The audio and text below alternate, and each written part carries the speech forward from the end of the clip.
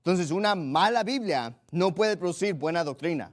Solo una Biblia pura puede producir doctrina pura. Y eso es algo importante porque cuando ves algunas de las doctrinas que se enseñan o que se derriban de la 1960 son doctrinas corruptas. Son doctrinas que no son bíblicas. Entonces, quiero ver algunos ejemplos de eso esta mañana. Vayan conmigo a Job 21.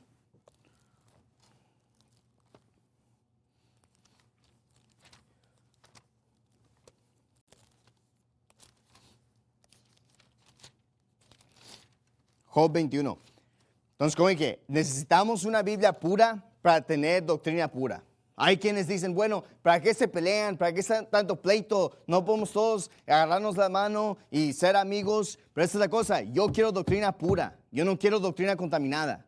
Y es importante, la Biblia que usamos va a determinar nuestra doctrina. Y nuestra doctrina va a determinar nuestra conducta. Va a determinar lo que hacemos. Entonces yo necesito una Biblia pura para determinar doctrina pura y para que yo como cristiano viva una vida que agrade a Dios. Una doctrina que es atacada en la Reina Valera 1960 es la doctrina del infierno.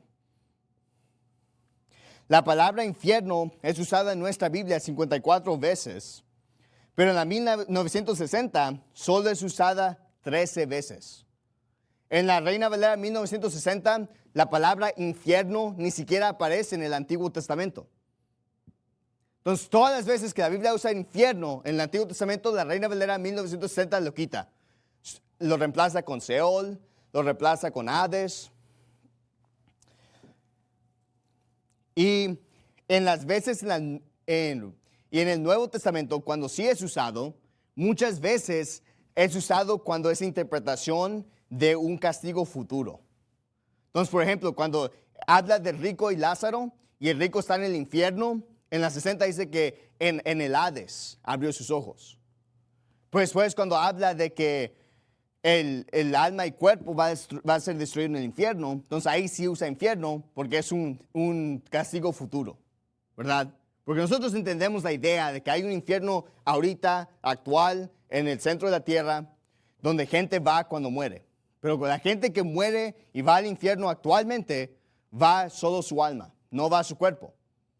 Pero después hay un día en el futuro donde van a ser resucitados los incrédulos, su alma y su cuerpo van a ser reunidos y después van a ser lanzados al lago del fuego y eso sí es futuro y es destrucción, es tormento del alma y el cuerpo. Nuestra Biblia usa la palabra infierno para describir ambos. ¿Por qué? Porque es el mismo castigo básicamente. ¿Verdad? Es fuego, es tormento, es destrucción, es como tratar de hacer una gran diferencia entre cárcel y prisión. Sí, son técnicamente diferentes, pero en esencia es el mismo castigo. En la 60, solo usan infierno para referirse al castigo futuro. Entonces, yo ni puedo decir cuánta gente me ha dicho esto. Cuando prediqué mi sermón de MacArthur, que MacArthur está en el infierno, yo vi comentario tras comentario que decía, oh, este predicador no entiende que ahorita no hay nadie en el infierno. Nadie va al infierno hasta el futuro. ¿Y de dónde sacarán esta doctrina? Quizás de una Biblia donde solo usa la palabra infierno para referirse a un castigo futuro. Quizás de una Biblia que quita las menciones del infierno en el Antiguo Testamento. Quizás de una Biblia que aún en el Nuevo Testamento, para hablar del lugar actual, no usa la palabra infierno, usa Hades o Seol. Y eso no solo es de gente que no es bautista. Yo aún escuché a un bautista fundamental decir esta doctrina. Yo escuché a un bautista fundamental en español que usa la Reina Valera 1960 decir que ahorita no hay nadie en el infierno. Eso no es lo que la Biblia enseña. Necesitas una Biblia pura que sí usa la palabra infierno para entender esto. Pero cuando eso es una Biblia corrupta, tu entendimiento de esto no cabe, no cuadra, porque vas a estar confundido por las palabras que se están usando. Mire Job 21:13. Dice, pasan sus días, y está hablando aquí Job de gente impía. Dice, pasan sus días en prosperidad y en un momento descienden a la sepultura. La palabra sepultura ahí, en el hebreo, es la palabra Seol. Y la palabra Seol se puede entender a veces como sepultura, sepulcro, o como el infierno. Y el contexto determina eso. Pero esa es la cosa, cuando nosotros tenemos una Biblia que define, que traduce la palabra, no estamos confundidos, ¿verdad? ¿Quién está confundido con este versículo? Que dice que los ricos, ¿verdad? Los impíos pasan en prosperidad sus días, pero después de repente van y se mueren. Simple, ¿verdad? Nadie está confundido. Ahora, esto es lo que dice en la Reina Valera 1960. Pasan sus días en prosperidad y en paz descienden al Seol. Ahora, si tú estás leyendo la Biblia, Reina Valera 1960, y nunca usas la palabra infierno en el Antiguo Testamento, y estás leyendo Seol, Seol, Seol, y crees que está hablando del infierno, y después lees este versículo, ¿qué pensarías? ¿Pensarías, en paz descienden al Seol? Pensarías, bueno, quizás el infierno no tiene fuego, porque mira, dice que en paz descienden al Seol. Quizás pensarías que el Seol simplemente está hablando de un lugar de los muertos y que todos están en paz descansando hasta el juicio final. No hay una manera clara de entender esto porque está usando una palabra hebrea en el español. Nosotros no sabemos qué es el Seol. Eso no es una palabra en español. Entonces, la 1960 introduce confusión.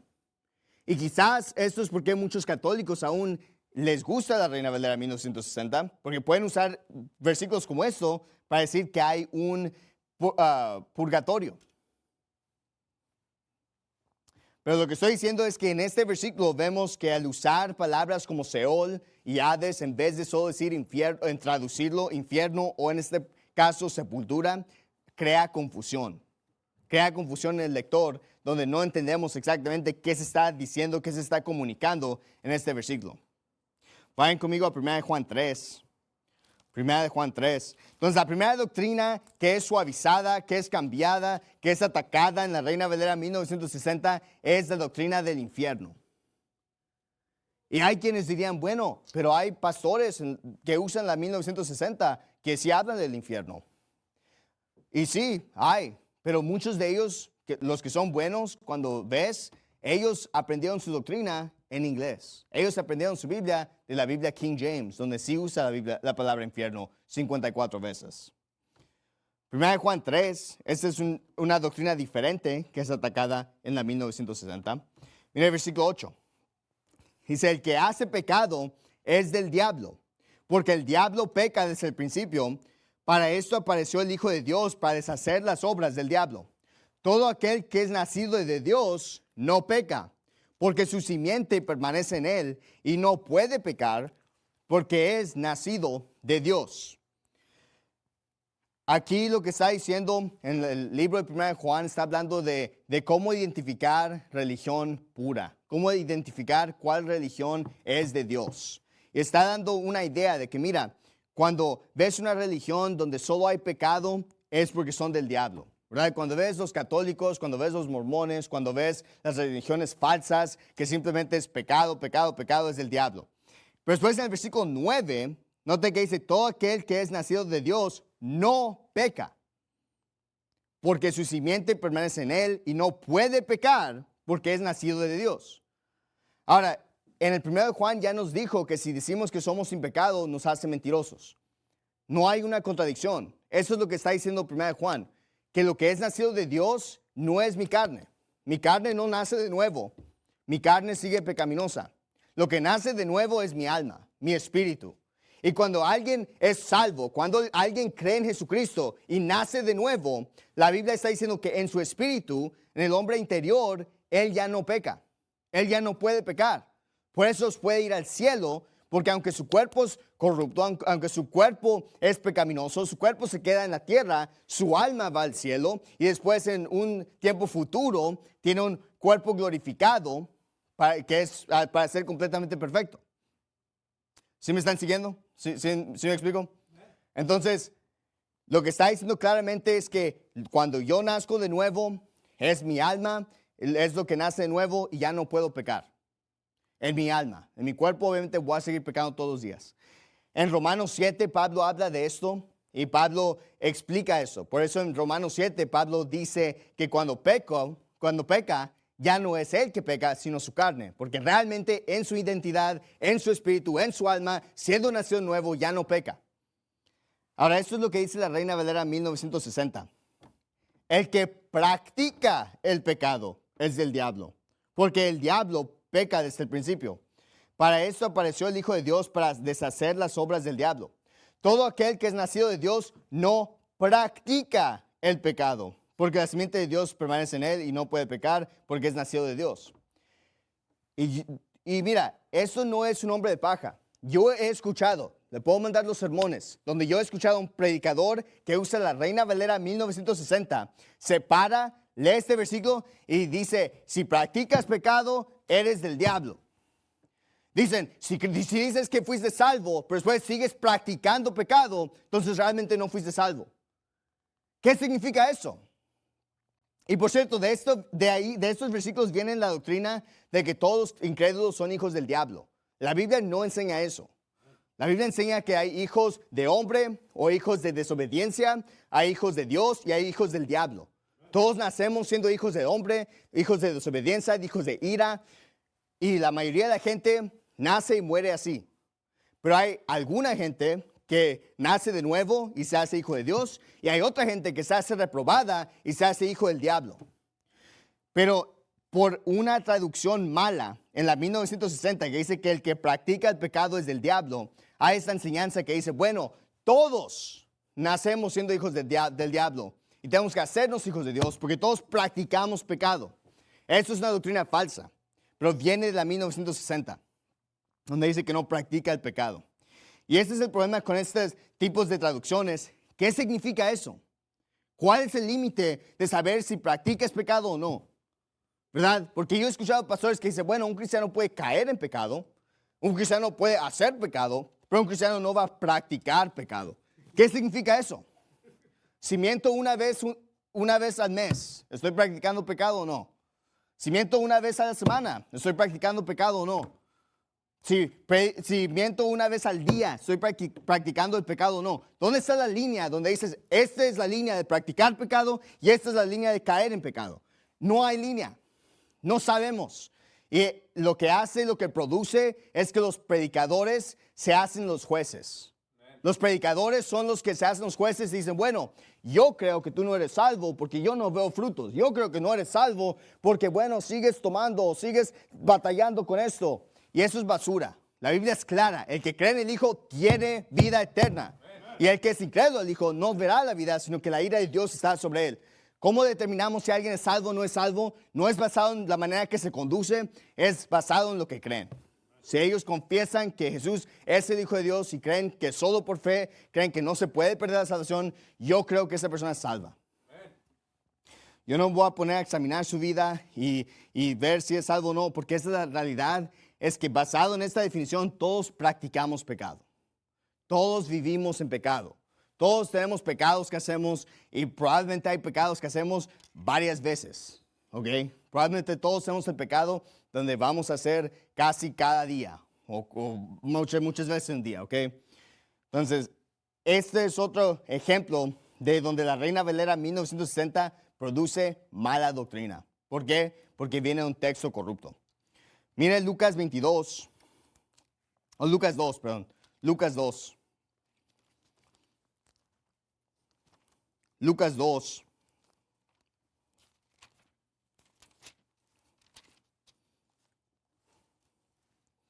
Lucas 2, mira el versículo 22. Lucas 2, versículo 22.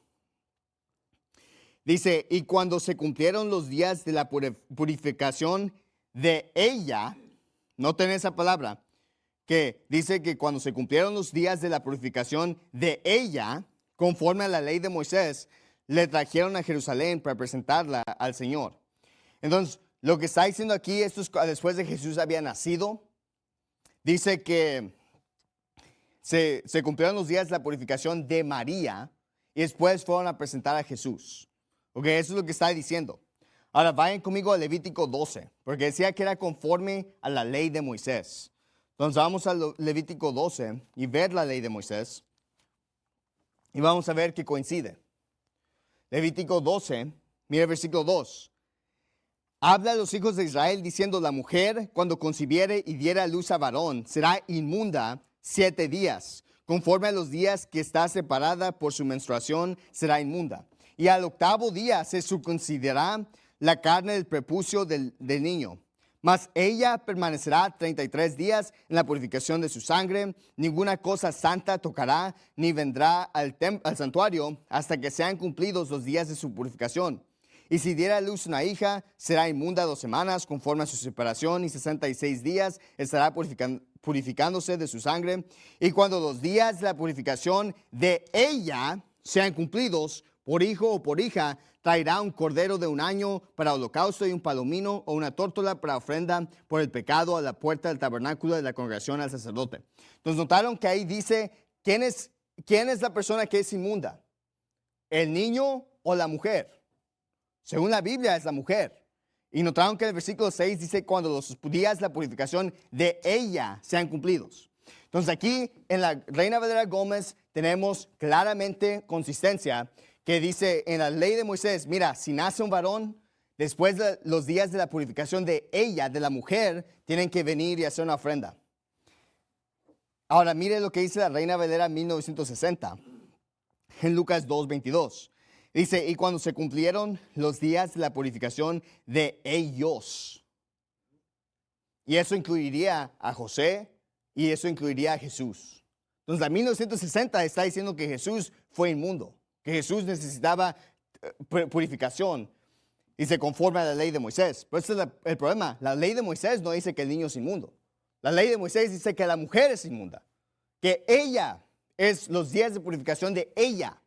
La 60 corrompe esto y dice el día de purificación de ellos, plural. Y eso está mal, eso es falsa doctrina. Y eso pudiera hasta implicar que Jesús fue inmundo, que Jesús tenía mancha, pero la Biblia dice que Jesús es perfecto. Nunca tuvo mancha, es completamente limpio, nunca fue inmundo. Entonces, esta es una mala doctrina enseñada en la 1960.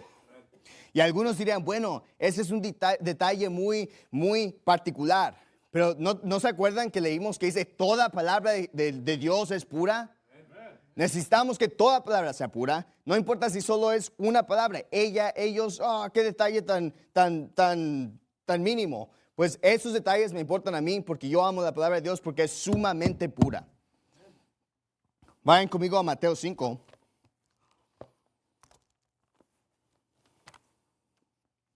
Mateo 5. Y aquí me voy apurando porque ya se me está acabando el tiempo. Mateo 5, mira el versículo 22. Mateo 5, 22.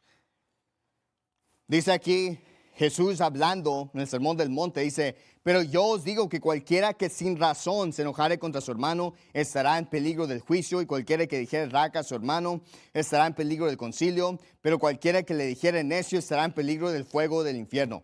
Aquí Jesús está diciendo, mira, si estás enojado, dice cualquiera que sin razón se enojare contra su hermano está pecando. En la 60 simplemente dice, pero yo os digo que cualquiera que se enoje contra su hermano será culpable del juicio. Y le quita las palabras sin razón. Y eso es importante porque vemos en el misterio de Jesús que hubieron varias veces donde Él se enojó con sus hermanos. Él se enojó con los que estaban vendiendo en el templo. Él se enojó con los fariseos. Él se enojó aún con sus discípulos. ¿Estaba pecando Jesús? No. ¿Por qué? Porque no era sin razón. Pero en la 1960, esto haría a Jesús un pecador, porque estaría violando que es simplemente enojarse con su hermano. La Biblia no enseña que enojarse es pecado.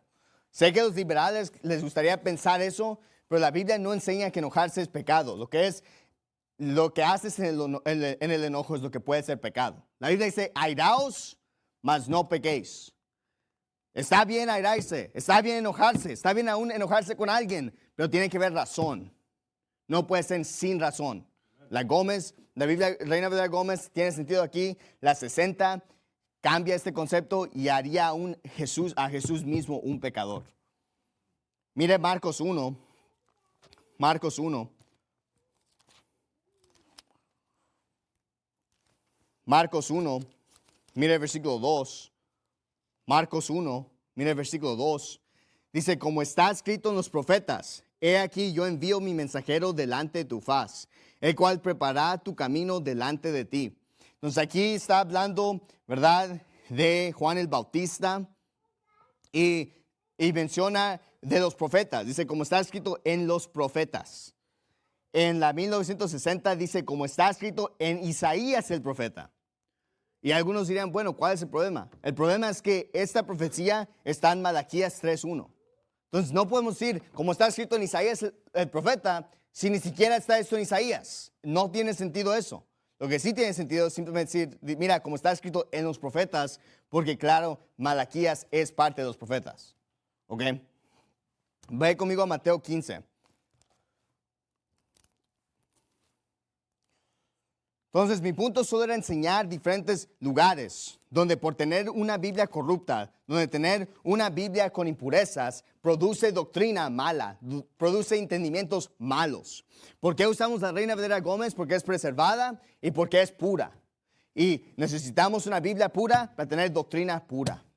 Yo quiero una doctrina pura, yo quiero una Biblia pura y yo siempre voy a defender la Reina Valera Gómez. Yo nunca voy a aceptar la Reina Valera 1960. Yo no la uso, yo no la recomiendo. Yo recomiendo que la echen a la basura porque no es la Biblia, no es la palabra de Dios. Mateo 15. Algunos se preguntarían, ¿por qué entonces muchos usan la Reina Valera 1960? Y lo que me hace pensar es en este pasaje. Mire Mateo 15, mire el versículo 1. Dice, entonces vinieron a Jesús ciertos escribas y fariseos de Jerusalén diciendo, ¿por qué tus discípulos quebrantan la tradición de los ancianos? Pues no se lavan sus manos cuando comen pan. Pero él respondió y les dijo, ¿por qué también vosotros quebrantáis el mandamiento de Dios por vuestra tradición? ¿Por qué muchos usan la Reina Valera 1960? Es por tradición. Y eso a mí, básicamente puedo oír las voces de muchos de los que usan la 60 cuando leo este versículo. Porque así hablan muchos de ellos. ¿Por qué ustedes quebrantan la tradición del doctor tal y tal? ¿Por qué quebrantan? ¿No escuchaste que el pastor tal y tal de renombre usa la 60? ¿No has leído su libro? Mira, déjame darte una copia. ¿No has leído el libro de Calvin George? Un idiota. Y ese es otro sermón para predicar contra él. ¿Verdad? ¿No has leído Y mira, yo no digo estos nombres para atacar, pero estos son los argumentos que he escuchado, que ¿no has leído el libro del pastor Tommy Ashcraft? ¿No has escuchado el pastor Kevin Wynn o el pastor Ezequiel Salazar hablar de estas cosas? No, ¿por qué quebrantan la tradición de los ancianos? Mi pregunta es a ellos, ¿por qué ustedes también quebrantan el mandamiento de Dios por vuestra tradición? ¿Por qué desechan lo que Dios dice de tener una palabra pura, preservada, para mantener tradición de hombres? ¿Ok? Ustedes son los que están mal, ustedes son los que están en pecado, porque no tienen defensa a esa basura que está en la 60. Lo único que pueden decir es, bueno, ustedes son fanáticos de la Biblia King James, ustedes son racistas, ustedes son y puras acusaciones y mentiras. Mira, yo quiero una Biblia pura, yo quiero una Biblia preservada. Si me encuentras un lugar en esta Biblia donde está mal, cambiémoslo y hagámoslo más pura. Yo no quiero mantenerme en una tradición, yo quiero mantenerme fiel a la palabra de Dios y yo la amo porque es preservada y yo la amo porque es sumamente pura.